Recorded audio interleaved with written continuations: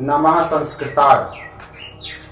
आज मैं संस्कृत व्याकरण के अंतर्गत बीएसआर कोचिंग करमेल की ऑनलाइन क्लास में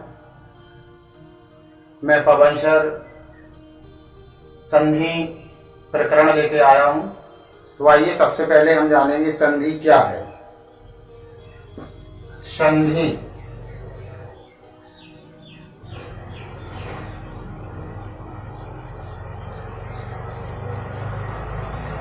देखिए, दो वर्णों के मेल को संधि कहते हैं। क्या कहते हैं? संधि।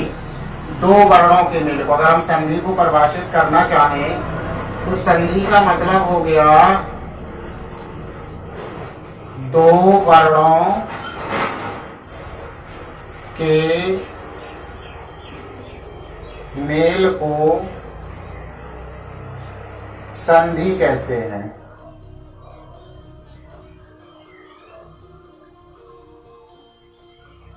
दो वर्णों के मेल को क्या कहते हैं? संधि कहते हैं। इतना क्लियर हो गया। अब देखिए, संधि के प्रकार,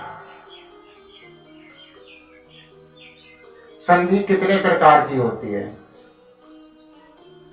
संधि के प्रकार होते हैं तीन। फर्स्ट है आपका स्वर संधि, स्वर संधि। उसके बाद सेकंड है आपका व्यंजन संधि।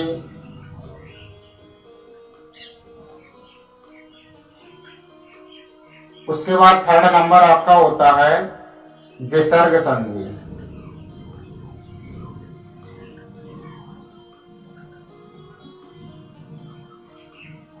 इतना क्लियर हो गया। संधि किसे कहते हैं? दो वर्णों के मेल को क्या कहते हैं? संधि कहते हैं। संधि कितने प्रकार की होती है? तीन। एक है स्वर संधि, एक व्यंजन संधि और एक विसर्ग संधि। इतना क्लियर हो गया सभी को। इसके बाद देखेंगे हम, सबसे पहला नंबर उठाएंगे स्वर संधि को। पहला लेंगे हम स्वर संधि। अब स्वर संधि की डेफिनेशन क्या बनती है?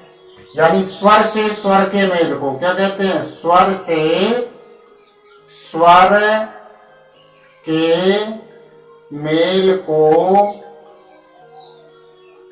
स्वर संधि कहते हैं। क्या कहते हैं? स्वर से स्वर के मेल को स्वर संधि कहते हैं। क्या कहते हैं? स्वर संधि कहते हैं। स्वर से स्वर के मेल को क्या कहा जाता है? स्वर संधि कहा जाता है। ठीक है। अब जिस तरह से संधि के भेद हुए उसी प्रकार से स्वर संधि के कितने भेद हैं तो यहां पर लिख सकते हैं। स्वर संधि के प्रकार या भेद। तो स्वर संधि के प्रकार या भेद के अंतर्गत देखेंगे हम। सबसे पहले देखेंगे दीर्घ संधि। क्या देखेंगे? दीर्घ संधि। इतना क्लियर हो गया। दीर्घ संधि। उसके बाद सेकंड नंबर में देखेंगे हम यण संधि। क्या देखेंगे? यण संधि। इसके बाद फर्स्ट सेकंड थर्ड नंबर में देखेंगे हम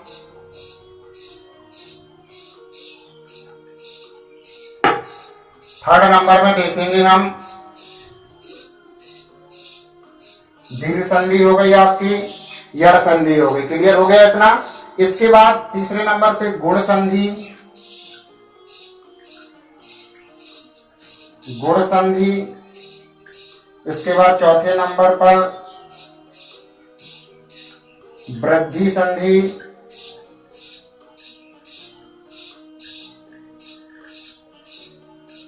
और इसके बाद पांचवें नंबर पर अयादि संधि।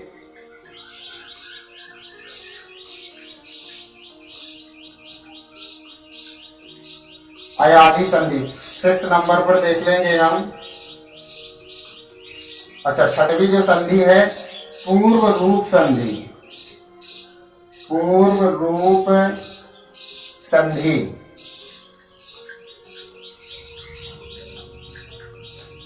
इसके बाद 7वें नंबर पे आपका पररूप संधि।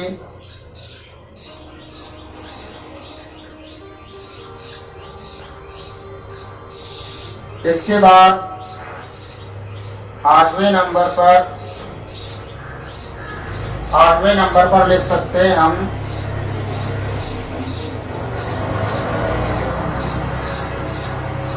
प्रकृति भाव संधि।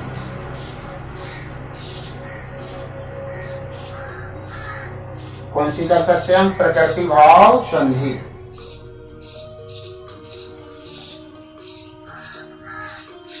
तो बस आज के लिए इतना ही, केवल एक संधि का परिचय दिए हैं हम। इसके बाद कल से आपका अगली कक्षा से बारी बारी से समझाया जाएगा प्रत्येक संधि के बारे में। सूत्र के आधार पर ऐसा विश्लेषण करवाया जाएगा कि आप जीवन पर्यंत नहीं भूलेंगे। कोई रटने वाली बात नहीं है, केवल सूत्र याद करना है आपको प्रत्येक संधि का, बस। तो आज हमने क्या देखा? संस्कृत व्याकरण के अंतर्गत संधि प्रकरण के अंतर्गत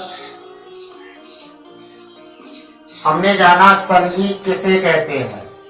संधि जो है तो दो वर्णों के मेल को संधि कहते हैं। संधि किसे कहते हैं? दो वर्णों के मेल को संधि कहते हैं। और संधि के प्रकार, संधि कितने प्रकार की होती है? तो क्वेश्चन बनता है संधि के कितने भेद होते हैं या संधि कितने प्रकार की होती है? तो संधि 3 प्रकार की होती है, स्वर संधि, व्यंजन संधि और विसर्ग संधि।